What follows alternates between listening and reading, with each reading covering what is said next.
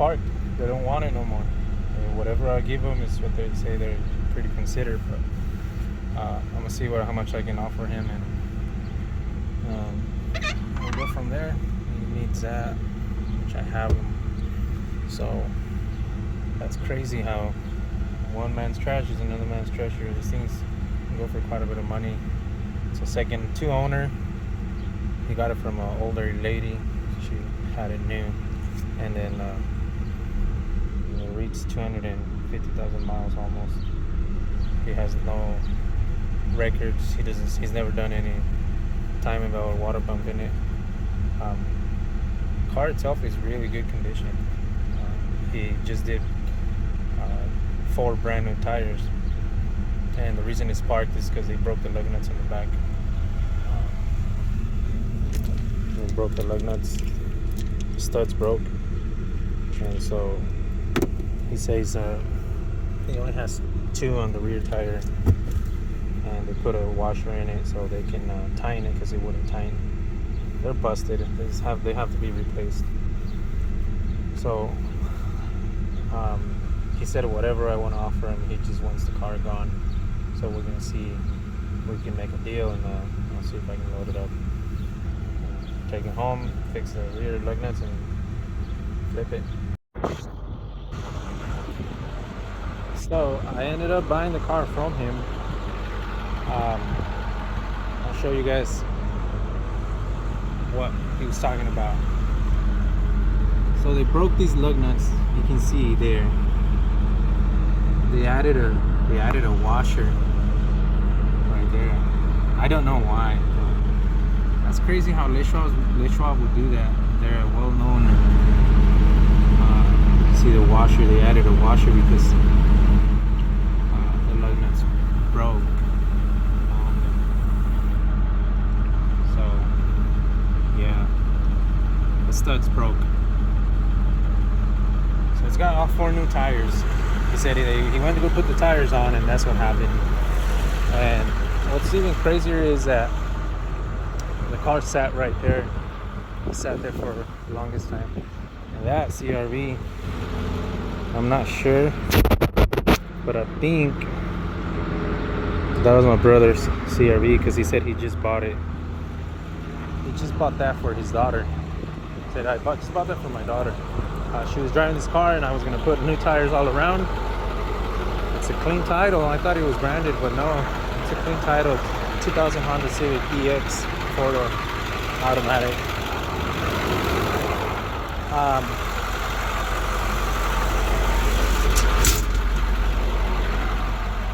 And my brother just sold his CRV last week, and he said he bought that CRV last week, so that's why I was thinking. I didn't ask him, but he said he wanted to do maintenance in it. All right, so we're back with this flipper Civic. I already did the studs. I pulled the studs that are out while it's in there. These are the 2 bad ones. He had 2 broken ones, but this one, you can see it's already gonna start. You can see where some of the threads chipped off. So just replace all 3, might as well. So 3 of them are bad. While it's in here, you can pop them, hit them, and they'll pop out. On this particular car, 99 Civic, they're all the same. Most Civics are all the same. You take the center one out, and then you pull it out. I had already pulled it out. It doesn't come off that easy, but it comes out easy. You just gotta tap it a little bit. You bring it to the vise. That's just a locker washer. Put it here. You used one of these. Don't hit it with the hammer. If you hit it with the hammer, you can see, because you're gonna miss. I missed once. So when I missed once, I went ahead and I used this puncher. So yeah, that's all you got to do. Hammer them back in there, and then reverse, put it back in. I did 3 of them.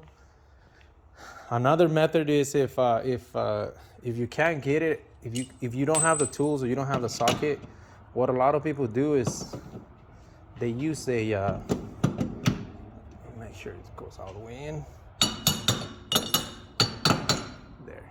You can hear it when it goes all the way in. What a lot of people do, if you don't have the 32mm socket, or you don't have a way to get it out, or the impact, or a big wrench, whatever, they use an open lug nut.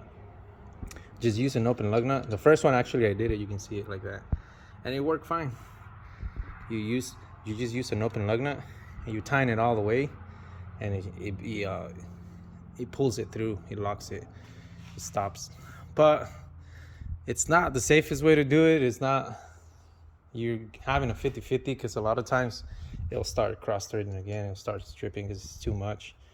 Either the nut or the threads, they'll strip. It's not the safest way to do it, but sometimes you got to do what you got to do, and you can do it like that. That's the only thing that was wrong with this car. It was missing one on this side, like I told you guys. I think you guys saw in the video, but it was just missing it, because I think he borrowed one lug nut to put it on the other side. I already did this side, so I didn't do it. All I needed was just the lug nut. We keep spare lug nuts. This one's use a particular one that has a plastic washer to hold the center cap. Not center cap, but the wheel covers. So yeah, that's that. I'm gonna go ahead and tighten the 32mm, put the wheel back, grab I didn't buy the lug nuts, I just bought the studs, because like I said, we have some there.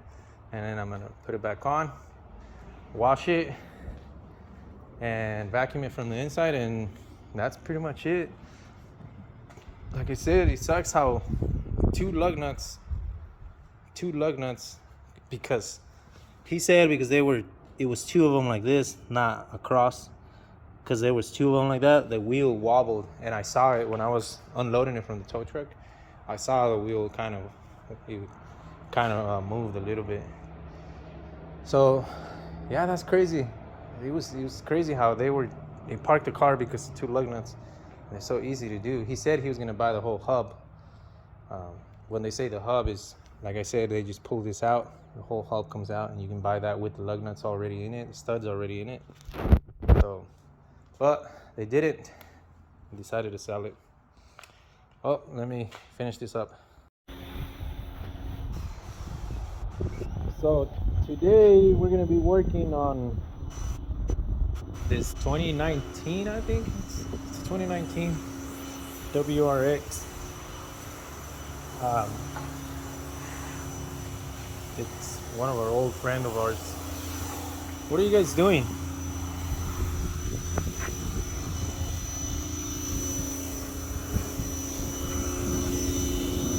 Are you washing the undercarriage or what?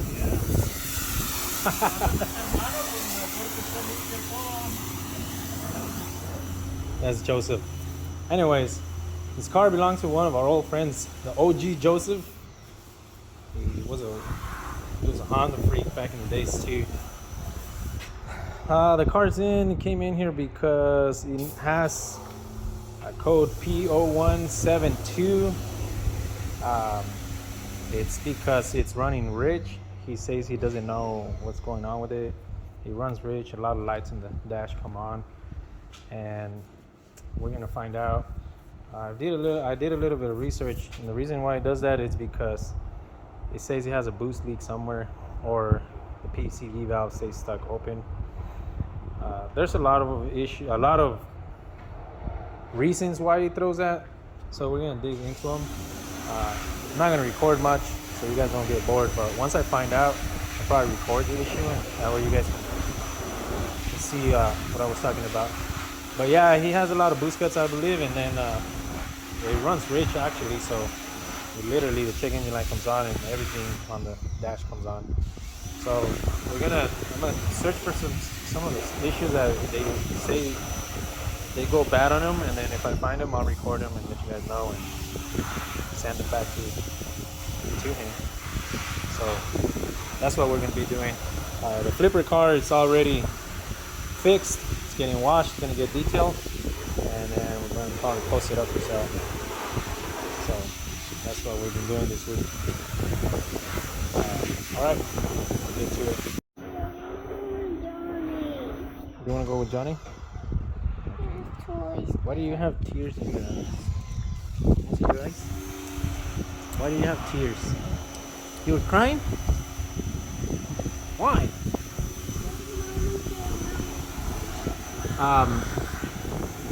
So we found the issue. There's water in it. Anyways, this is not clamped right. You can see the top. Let me get the flashlight. Yeah, as you saw, I was just barely pulling on that and then it just fell off. But you can see the top right here. It's supposed to be closed.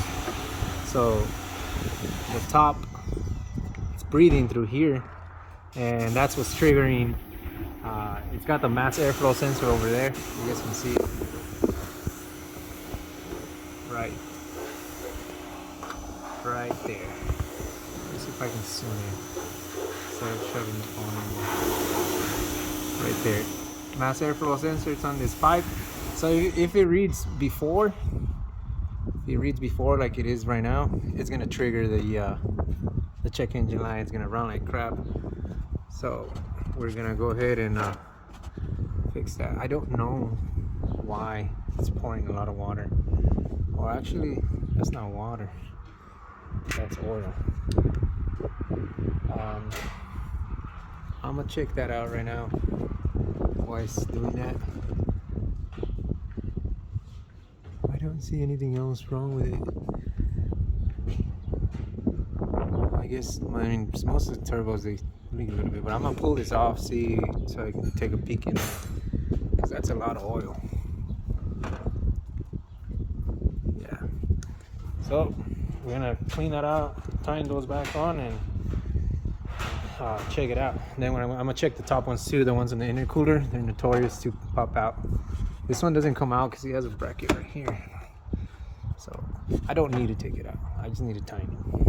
I'm gonna do that really quick, but I'm 100% sure that's what's causing that issue. But let me try it out right now.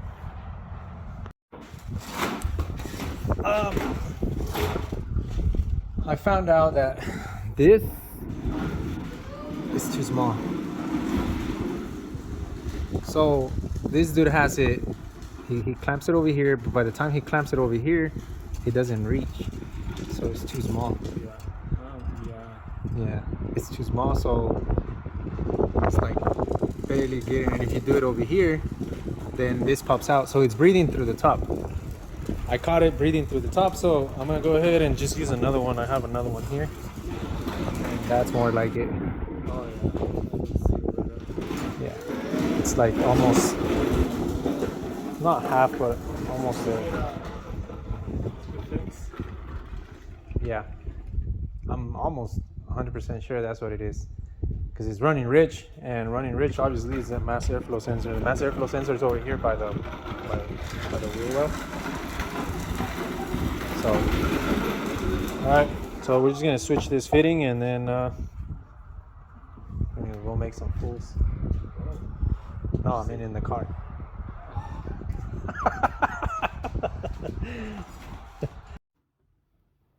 So, the flipper car was done as we thought it was done.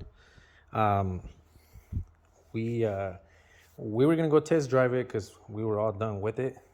We vacuumed it, washed it, and we went down the road, and this thing was shaking like crazy, like it was really shaking. So I told my cousin, you know what, let's go back, because I had not checked the front wheels, maybe they're losing. So we come back, and then he says, yeah, they're loose. So he kept tightening them, and he's like, dude, these things they feel like they're gonna break.